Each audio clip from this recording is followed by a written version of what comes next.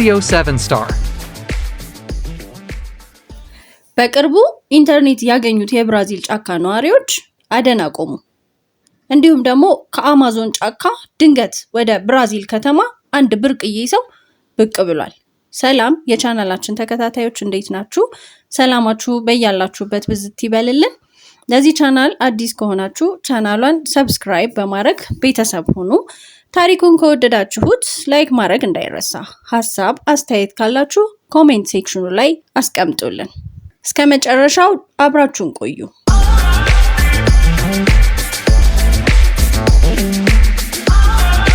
Ethio 7 Star ከአማዞን ጫካ ድንገት ወደ ብራዚል ከተማ ብቅ ያለው ብርቅዬ ሰው።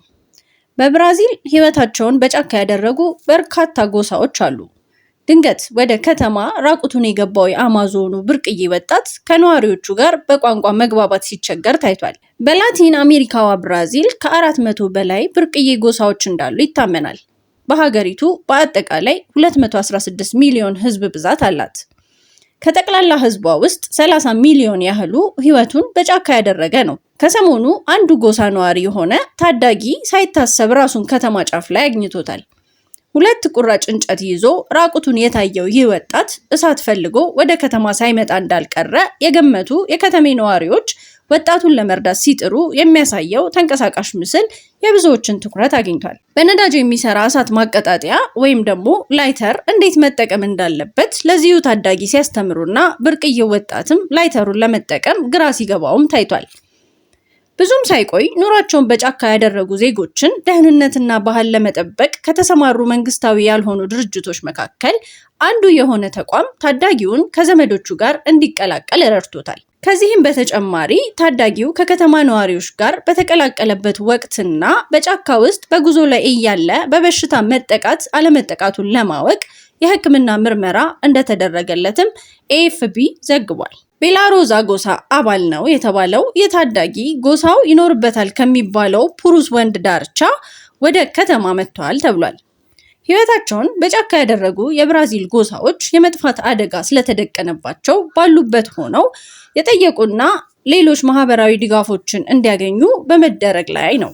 በቀላሉ ለበሽታ ይጋለጣሉ የሚባሉት እነዚህ ብርቅዬ ጎሳዎች ከሌሎች ጎሳዎችና የማህበረሰብ ክፍሎች እንዳይቀላቀሉ ልዩ ጥበቃ እየተደረገላቸው ይገኛል። ከዚህም ጋር በተያያዘ በቅርቡ ኢንተርኔት ያገኙት የብራዚል ጫካ ወንዶች አደን እያቆሙ ነው ተብሏል። ማሩቦ የተሰኘው የብራዚል ጎሳ 2000 አባላት ያሉት ሲሆን ላለፉት 100,000 ዓመታት ኑሯቸውን በጫካዎች ውስጥ ያደረጉ ናቸው።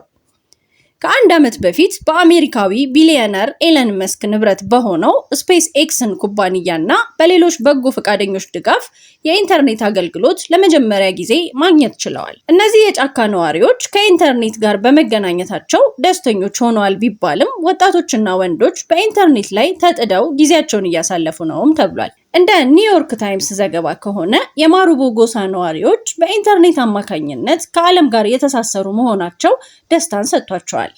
ይሁንና አደን በማደን ቤተሰቦቻቸውን በመመገብ ይታወቁ የነበሩ የጎሳው አባላት አሁን ላይ በማህበራዊ ትስስር ገጾች ላይ ጊዜያቸውን እያባከኑ ነውም ተብሏል። አብዛኛው የጎሳው አባላት በተለይም ወጣቶችና ወንዶች የወሲብ ምስሎችን ሲያዩ እንደሚውሉ የተገለጸ ሲሆን ለሌሎች የበይነመረብ ጥቃቶችና ስርቆቶች እየደረሰባቸው እንደሆነ በዘገባው ላይ ተጠቅሷል። ኢኖኩ ማሩቦ የተሰኘው የ40 ዓመት የዚህ ጎሳ አባላት ለዘመናት ከስልጣኔ ተገለው ይኖሩ እንደነበር ተናግሮ ኢንተርኔቱ ጥሩ እድል ቢሆንም በጫካ ውስጥ አደን ካላደንክ ህይወት አይቀጥልም ብሏል። የወሲብ ፊልሞችን ሲያዩ የሚውሉ የጎሳው አባላትም ከዚህ በፊት ታይተው የማይታወቁ የጾታ ጥቃቶችን እያደረሱ በአደባባዮች ላይ መሳሳምና ሌሎች ያልተገቡ ድርጊቶችን ለማድረግ እየሞከሩ እንደሆነም ተናግሯል።